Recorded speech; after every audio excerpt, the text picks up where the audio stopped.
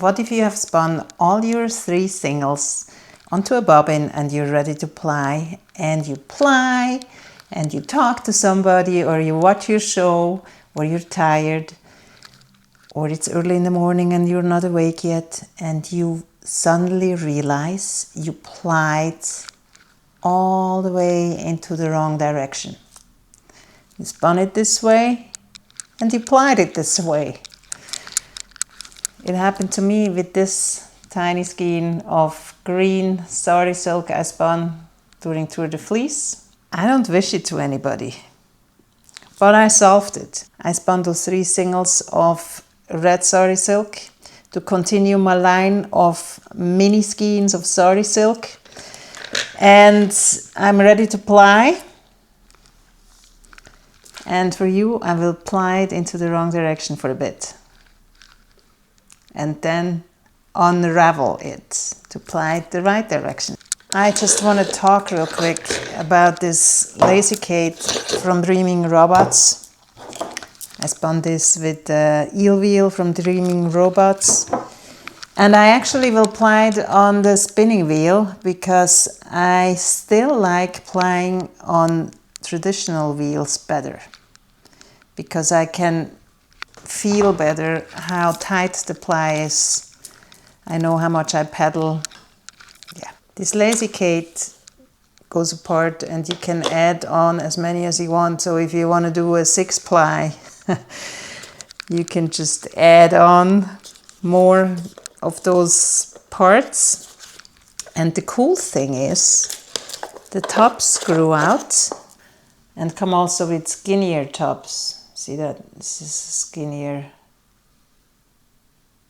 You see that? It's skinnier. And the cool thing about that is traditional bobbins, like the one from my wheel here, wouldn't fit on the bigger one, but fits on the small one. And sometimes I even use little thread bobbins when I drop spindle, and then I realize I don't want to drop spindle more on this. I just put it on a little thread bobbin that I have in my purse all the time, and it slides on here, and then I can add it to the bobbin from here too, which is great. Side note. Oh, and it also comes with those really fat tops with a pointy end. You could put on a yarn cake or a skein and use it for knitting if you do color work, so it doesn't tangle up. So you have all your different yarn cakes, which you put it on top. It actually turns. It's free moving.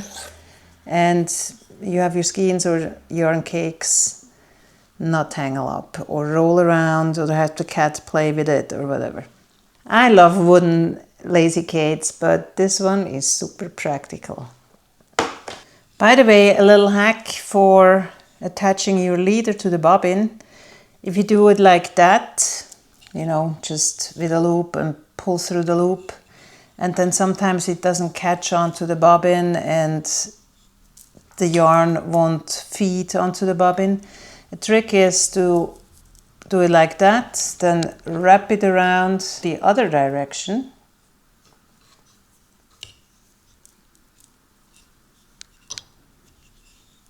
And go through this new loop again. Like that, you will never have sliding leaders. Let's start plying into the wrong direction.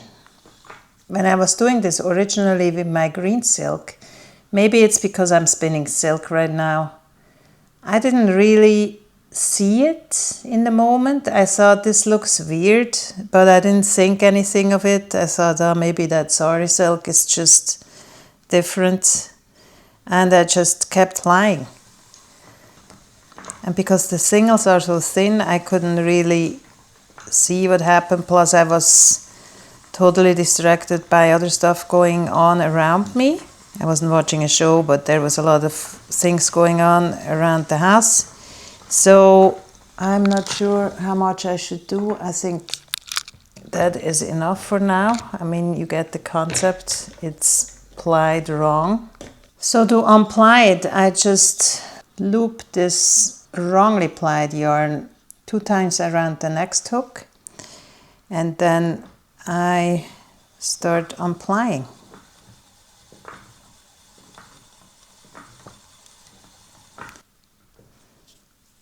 I do that till all the 3 threads are unplied all the way to the hole here. Now they're untangled and put back to their original twist. And then I turn the bobbin so the threads are wound back to it. Sometimes you have the ears happening in the yarn. I wouldn't worry about that too much, you know, when it starts plying itself. Just roll it on and you will deal with the little ears when you ply. And then I undo the hook here.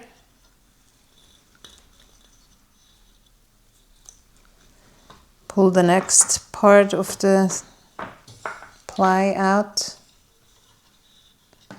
Go twice around the next hook here.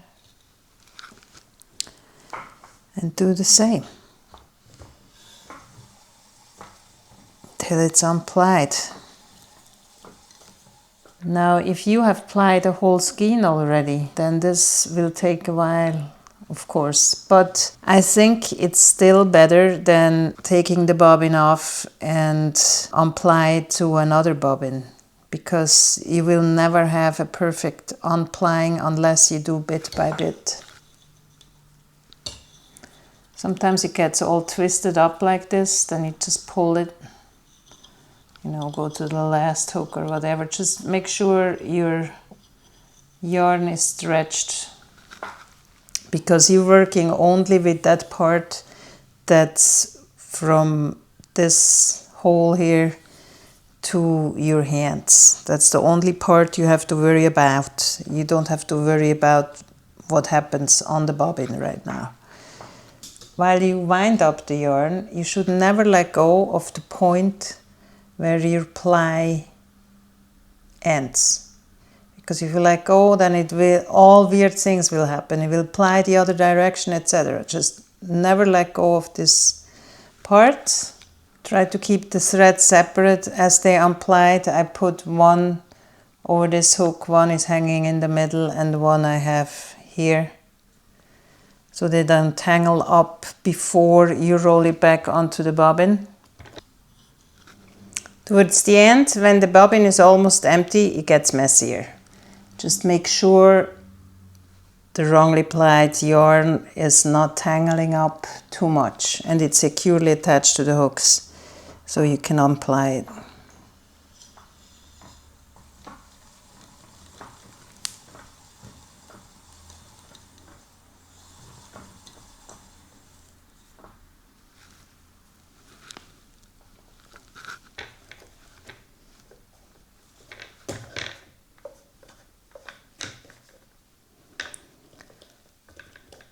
Can't believe I did this again. I hope somebody will appreciate this. I really hope. And I really don't wish anybody this mistake. It's not fun, especially if you want to hurry up finishing something and you're excited about seeing the outcome, and then you have to deal with all this. Ugh.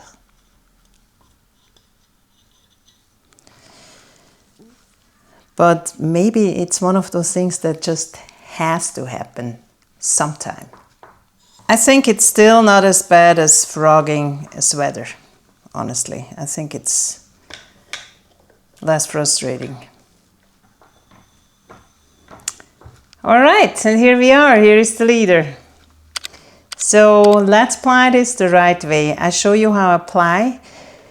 I think I haven't seen anybody plying like me before, but I've seen a lot of people saying, oh, I forgot how long does plying take and stuff. I mean, this small skein, it will take very fast, but even the large skeins, like when I fill a whole eel wheel bobbin, it does not take long for me. So I just show you how I do it. I don't know if it's faster than the other way. I don't know. So I have my 3 singles attached to the leader. Still plied the wrong way right now, but it will unravel in a second. In the front, when I do 3-ply, I hold it like this. I hold my thumb and index finger by the place where the ply begins. Then I put the middle finger between the first single and the second single, and the ring finger between the second and third single.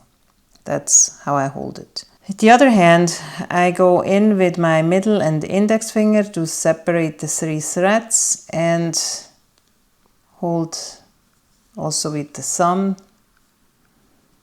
the single, so I can stretch them out so they have absolutely no ears in it. I see it here. There are no ears in my singles. Then I start pedaling. I have to wait till the ply goes the right direction now. Okay. And then I pull back. And then I feed it. And as I feed it, I'm pulling more yarn from the bobbins and make sure, it's hard to show it to you on the camera, make sure those 3 threads are always stretched out.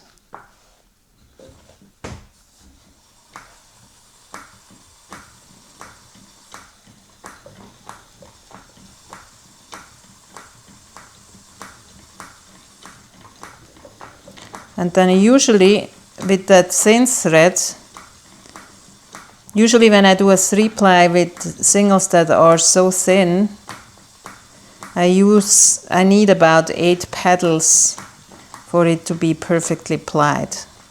This is pretty balanced actually. You will just have to check your twist and your size of spinning wheel and bobbin. I'm using the large side, so the bobbin turns a little slower than if I would use this side. I always use this side for spinning. There's no particular reason, I just like it better like that. I could ply faster with the small side, but I just like that 8 rhythm. I don't know.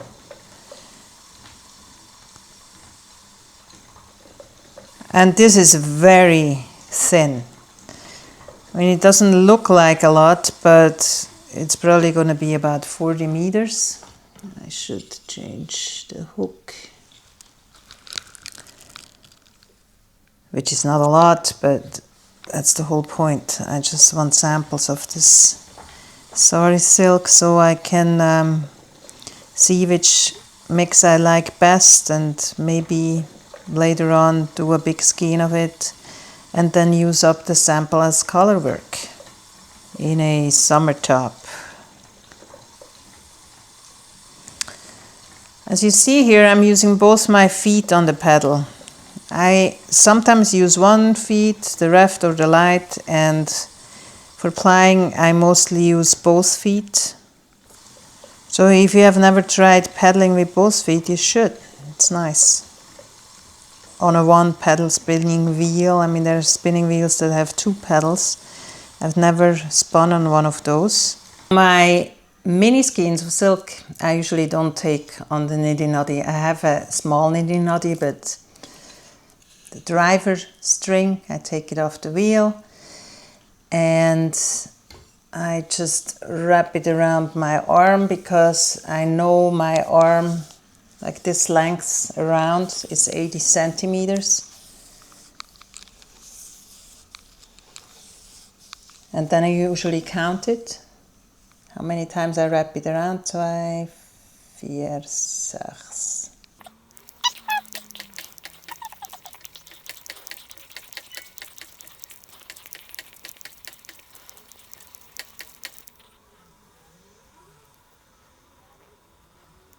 I wrapped it around 47 times, so 47 times 80 is 3,760, so it's 37.6 meters. a little less than 40, but I was pretty good guessing it was 40 meters. Because I know my fluffs and how much meterage they make after spinning so much sari silk. If you haven't seen all the sari silk I have spun during Tour de Fleece, you can check out the video. I'm still working on different colors. I won't bother you with it. I will just show results, but yeah, this red one I made just to show how to apply a wrong ply. And look at this, it's pretty balanced. It's not turning a lot. It's nice. Let's look at it in the light.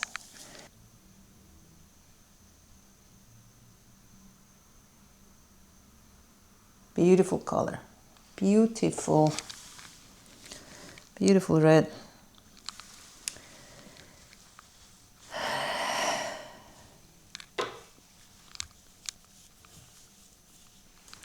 Those are my two wrong ply babies. I hope this video helps you in moments of desperation. I mean, I hope you don't have those moments, but if you do, just try it, stay calm, unply, roll back up onto the bobbin, and it will all be fine. Comment below if this video helped you, or if you have another technique on how to unply wrong plies. I'm very curious. Maybe you have a better technique that I didn't think of. And isn't it pretty? I have one more color. You know, the other thing with those tiny little skeins of silk is I'm a very stressed woman. I have a lot to do, and actually I'm taking every second I have for crafting, which I need. And the cool thing with those little mini skein is that they're carded pretty quick, and they're spun really quick and plied really quick. And I will just continue doing this in the background. I won't show you more carding silk, don't worry. But I can do that in between and just add onto my collection. If I feel like I have enough, I will knit this beautiful, or more than one, I will knit those beautiful tops from. It will be just an ongoing project till I feel like it's enough. Now I have a red in the collection. Imagine if I make more reddish tone samples for one top, more greenish blue tone samples for another top.